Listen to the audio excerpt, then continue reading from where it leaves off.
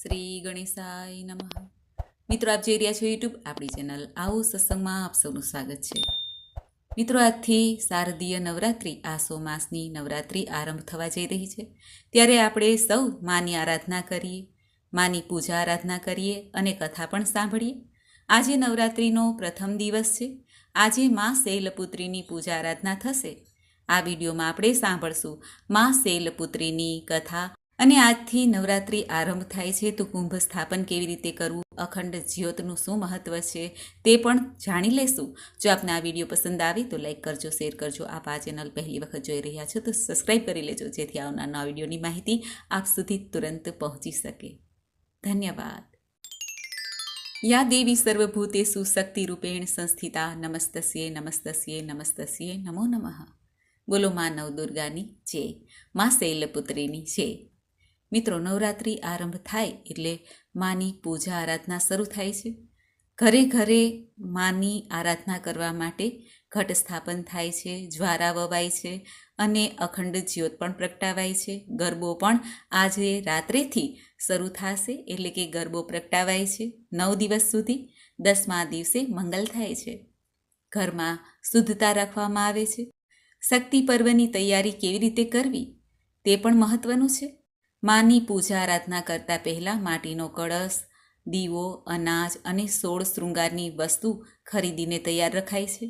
ઘરને સજાવવા માટે તોરણ બનાવાય છે અને ઘરના આંગણે રંગોળી પણ પૂરાય છે, સાથિયા કરાય છે. આમ તો કળશ સ્થાપના કે અખંડ જ્યોત જ્વારા વાવવા તે માની આરાધના કરતી વખતે જરૂરી હોતું નથી. મનથી પણ ભાવથી પણ માની આરાધના થાય છે. સમય ન હોય તો પછી આપણે મનમાં મંત્ર જાપ કરીને, દુર્ગા સપ્તશતીનો પાઠ કરીને માની આરાધના 9 દિવસ સુધી કરી શકીએ છીએ.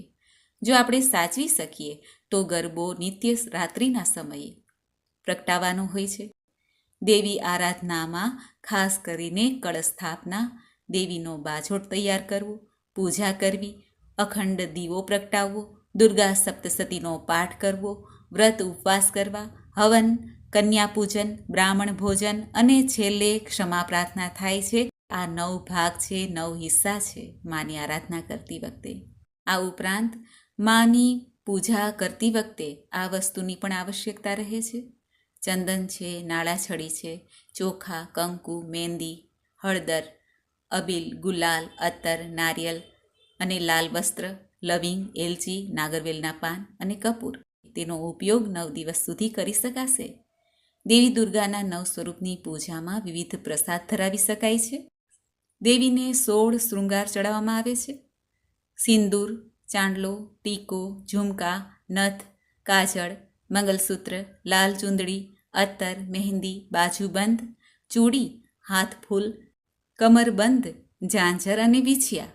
આ 16 શૃંગારની સામગ્રી છે, જે માને પહેલા દિવસે પણ ધરી શકાય છે અને છેલ્લા દિવસે પણ. અને પછી આ સામગ્રીને મંદિરમાં ભેટ આપી શકાય છે. માય મંદિરમાં જઈને ત્યાં માને પ્રાર્થના કરીને સામગ્રી ભેટ આપી શકાય છે, અથવા આપણા ઘરમાં કોઈ કુંવારી કન્યા હોય તેને પણ આપી શકાય છે. હવે આપણે જાણી લઈએ કે કળશ સ્થાપના શા માટે. કહેવાય છે કે ત્રેતાયુગમાં જ્યારે રાજા જનક ખેતરમાં હળ ચલાવતા હતા ત્યારે જમીનની અંદરથી એક કળશ પ્રાપ્ત થયો. તે કળશમાં સીતાજી હતા.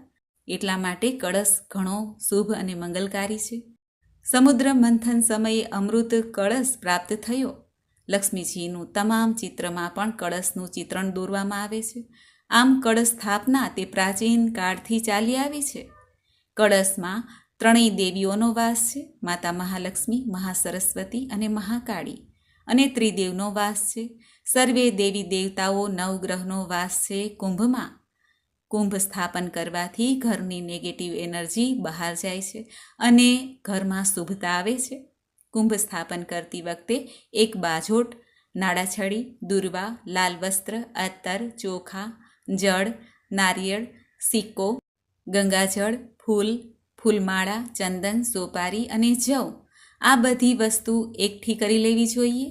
કળશ સ્થાપના કરતી વખતે 7 ધાનનો અનાજ, ચોખા, જવ, મગ, તલ, ચણા, ઘઉં અને જુવાર, આ રીતે 7 ધાન લઈને બાજોટ ઉપર લાલ વસ્ત્ર પાથરીને તેની ઉપર 7 ધાનની ઢગલી કરીને અથવા સાથીઓ કરીને કુંભ સ્થાપન કરાય છે. કળશ માટીનો હોઈ શકે, ધાતુનો હોઈ શકે. કળશ ઉપર સાથીઓ કરીને નાળા છડી વીંટાળવી જોઈએ અને કળશની અંદર સિક્કો, ચંદન, સોપારી, જવ અને દુર્વા અર્પિત કરવા જોઈએ. અને કળશ ઉપર પીપળો, ગુલ્લર, અશોક, આંબો અને વડના પાન, આમ 5 પાન લઈને સ્થાપિત કરવા જોઈએ. અથવા 5 પાન નાગરવેલના પણ હોઈ શકે, આંબાના પણ હોઈ શકે અને આસોપાલવના પણ લઈ શકાય છે. તે 5 પાન રાખીને તેની ઉપર શ્રીફળ રાખવું જોઈએ. શ્રીફળ ઉપર લાલ વસ્ત્ર અથવા ચૂંદડી લપેટીને રાખવી જોઈએ. ન હોય તો મૌલી પણ રાખી શકાય છે. ઘણા લોકો કળશ ઉપર શ્રીફળ રાખવાને બદલે એક અનાજની ઢગલીવાળું જે વાસણ છે તેની ઉપર દીવો પણ પ્રગટાવે છે. જુદી જુદી જે માન્યતા છે, ઘરમાં આપણે જે રિવાજ ચાલતો હોય એ પ્રમાણે કળશ સ્થાપના કરાય છે. કળશ સ્થાપના કરવાથી સર્વે ગ્રહ બાધા મટે છે. ગૃહ પ્રવેશ કરતી વખતે, ગૃહ નિર્માણ કરતી વખતે, લગ્ન પૂજન કરતી વખતે કે કોઈ પણ ધાર્મિક વિધિમાં કળશ સ્થાપનાની ઘણું મહત્ત્વ છે. એટલા માટે પણ કળશ સ્થાપના કરાય છે. અને અખંડ જ્યોત પ્રગટાવવું હોય તે પહેલે દિવસેથી એટલે કે એકમથી જ કળશ સ્થાપના અને અખંડ જ્યોત પ્રગટાવવાનો હોય છે. આ ઉપરાંત નવરાત્રિના પહેલા દિવસે જ્વારા પણ વવાય છે. જ્વારા માટે એક માટીનું વાસણ લઈને તેમાં સ્વચ્છ માટી, ખેતરાઓ માટી હોય તે લઈને તેમાં એક દિવસ અગાઉ જવ પલાળેલા હોય, સાફ કરેલા હોય, અથવા ઘઉં અને 7 અનાજ પણ ઘણા વાવે છે. તે પલાળેલા અનાજ એ માટીમાં વવાય છે.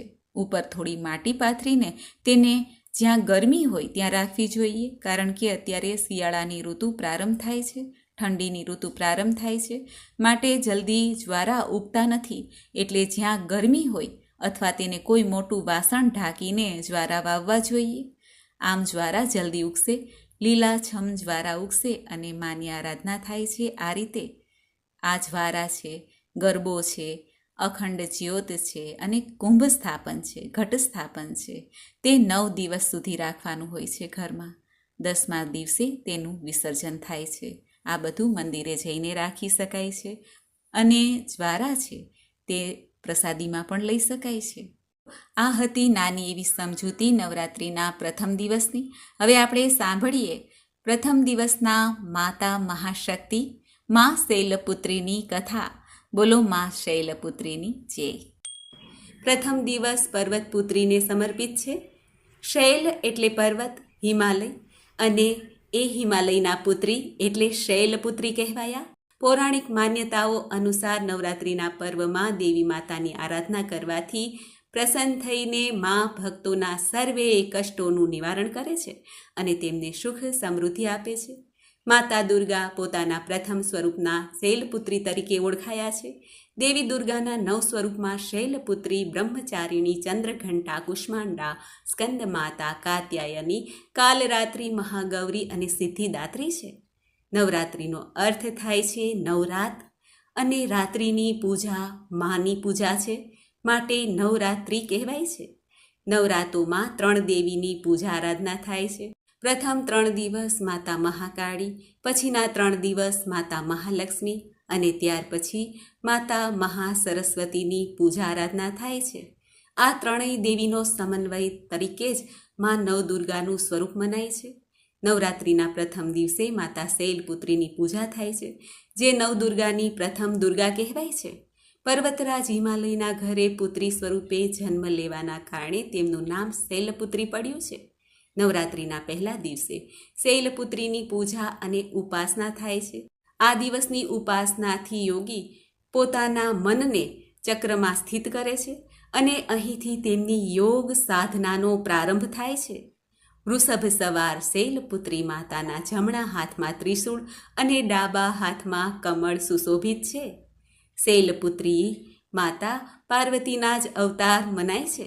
દક્ષના યજ્ઞમાં ભગવાન શિવનું અપમાન થયા બાદ સતી યોગાગ્નિમાં ભસ્મ થઈ ગયા હતા. ત્યારબાદ માતાએ હિમાલયના ઘરે પાર્વતીના સ્વરૂપમાં જન્મ લીધો પર્વતના પુત્રી હોવાને કારણે માતાનું નામ શૈલપુત્રી છે. માતા શૈલપુત્રીની આરાધનાથી મનોવાંછિત ફળ મળે છે. કન્યાને સારા વરની પ્રાપ્તિ થાય છે. આ સાથે જ સાધકને મૂલાધાર ચક્ર જાગૃત થવાથી પ્રાપ્ત થતી સિદ્ધિઓ પણ મળે છે. માતા શૈલપુત્રીને સમસ્ત વન્ય જીવજંતુઓના રક્ષક માનવામાં આવે છે. તેમની આરાધના કરવાથી મુસીબતોમાંથી મુક્તિ મળે છે. આથી દુર્ગમ સ્થાનોમાં વસતા પહેલા માતા શૈલપુત્રીની સ્થાપના કરવામાં આવે છે, આરાધના કરવામાં આવે છે, પૂજા કરવામાં આવે છે. માની સ્થાપનાથી તે સ્થાન સુરક્ષિત થઈ જાય છે. માતાની પ્રતિમા સ્થાપિત થયા બાદ તે સ્થાન પર આફતો, રોગો, વ્યાધિ, રોગનો ખતરો રહેતો નથી અને જીવ નિશ્ચિંત થઈને પોતાનું જીવન પસાર કરી શકે છે. નવરાત્રિમાં દુર્ગા માતાને માતૃશક્તિ, કરુણાની દેવી માનીને પૂજવામાં આવે છે. આથી તેમની પૂજામાં તમામ તીર્થો, નદીઓ, સમુદ્રો, નવગ્રહો, દિશાઓ, નગર દેવતા, ગ્રામ દેવતા સહિત તમામ યોગિનીઓને પણ આમંત્રિત કરાય છે અને કલશમાં તેમને વિરાજવામાં હેતુથી પ્રાર્થના અને તેમનું આહ્વાન કરવામાં આવે છે. પ્રથમ પૂજનના દિવસે મા શૈલપુત્રીના સ્વરૂપમાં ભગવતી દુર્ગાનું જ કે જે દુર્ગતિ નાશિની છે તેમનું પૂજા થાય છે. અક્ષત, કંકુ, ચંદનથી તેમની પૂજા થાય છે. માની પૂજા કરતી વખતે સફેદ ફૂલ અર્પિત કરાય છે. સફેદ રંગનો ભોગ ધરાય છે. ખીર, મીઠાઈ ધરાય છે અને માની કથા સંભળાય છે. નવરાત્રિની કથા સાંભળવાની, ત્યારબાદ માની આરતી કરવાની, કપૂર આરતી પ્રગટાવવાની, હવન કરવાનો. આવી રીતે માતા શૈલપુત્રીની પૂજા આરાધના થાય છે. મિત્રો, તો આપણે સાંભળ્યો મા શૈલપુત્રીનો પરિચય કે માની આરાધના કરવાથી શું લાભ પ્રાપ્ત થાય છે. મને આશા છે કે આપને આ વિડીયો જરૂર પસંદ આવ્યો હશે. મને સાંભળવા માટે ધન્યવાદ. આપ સૌને મારા જય શ્રી કૃષ્ણ.